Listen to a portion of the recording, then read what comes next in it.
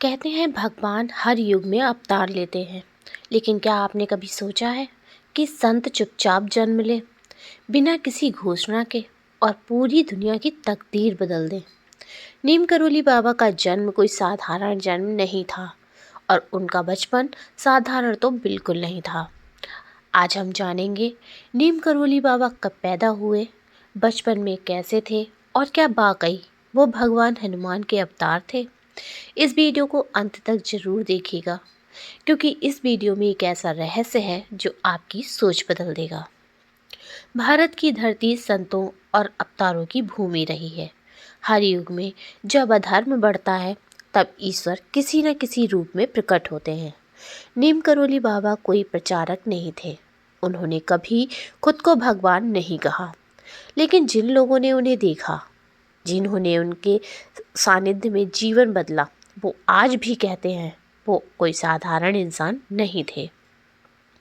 नीम करोली बाबा का जन्म लगभग 1900 या 1901 के आसपास उत्तर प्रदेश के फिरोजाबाद जिले के अकबरपुर गांव में माना जाता है। उनका बचपन का नाम था लक्ष्मी नारायण शर्मा। पर ध्यान देने वाली बात यह है कि नीम करोली बाबा के जीवन में तिथियां उतनी महत्वपूर्ण नहीं थीं जितना उनका उद्देश्य। उनके माता पिता बहुत ही साधारण, धार्मिक और संस्कारी थे। घर में पूजा पाठ, राम का नाम और हनुमान भक्ति का वातावरण था। बचपन से ही लक्ष्मी नारायण बाकी बच्चों से अलग थे।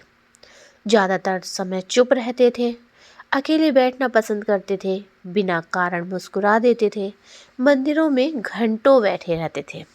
लोग कहते थे ये बच्चा कुछ अलग है। उन्हें खेल कूद, खिलौनों या शरारतों में रुचि नहीं थी, लेकिन सामान्य बच्चों में होती है। उनकी आंखों में एक अजीब सी शांति थी, मानो वो इस दुनिया के होकर भी इस दुनिया के नहीं थे। कहा जाता है कि नीम करोली बाबा बाल्यकाल में ही ध्यान में चले जाते थे। कई बार घंटों एक ही जगह बैठे रहते, शरीर स्थिर, आंखें बंद, कोई पुकारे तो प्रतिक्रिया नहीं।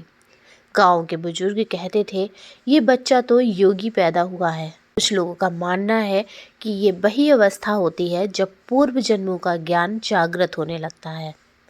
समाज के नियमों के अनुसार उनकी शादी कर दी गई, लेकिन शादी के तुरंत बाद जो हुआ वो असामान्य था। शादी के कुछ ही समय बाद वो घर छोड़कर निकल पड़े। ना कोई नाराजगी, ना कोई शिकायत, बस एक गहरी चुप्पी और विरक्ति। ये वही क्षण था जब एक साधारण लड़का संत बनने की यात्रा पर निकल पड़ा।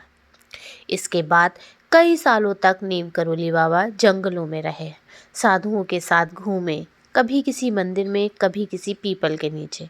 वो किसी एक जगह टिकते ही नहीं थे। उनका जीवन था भिक्षा, भजन और मौन। कई लोग उन्हें अद्भुत मानते हैं, जो समाज की सीमाओं से परे होता है। नीम करोली बाबा का हनुमान जी से गहरा संबंध था। जहाँ भी वो रहे वहाँ हनुमान मंदिर अवश्य जुड़े। कहा जाता है कि नीम करोली बाबा जहाँ बैठते थे वो स्थान सिद्ध हो जाता था। उनकी बातें, उनकी शक्ति और उनकी कृपा, सब कुछ हनुमान जी जैसा था। इसलिए उनके भक्त मानते हैं नीम करोली बाबा हनुमान जी का अवतार थे। नीम करोली बाबा ने कभी नहीं कहा मैं भगवान हूँ, लेकिन उन्होंने कहा सब में राम है। उनका संदेश था प्रेम करो, सेवा करो, किसी से द्वेष मत रखो। अवतार की पहचान दावे से नहीं, कर्म से होती है। नीम करोली बाबा का जन्म हमें ये सिखाता है कि ईश्वर जब आते हैं तो शोर नहीं करते, वो चुपचाप आते हैं और लाखों जिंदगियां बदल देते हैं। अगर नीम करोली बाबा आज हमारे बीच नहीं है तो भी उनकी कृपा जिंदा है।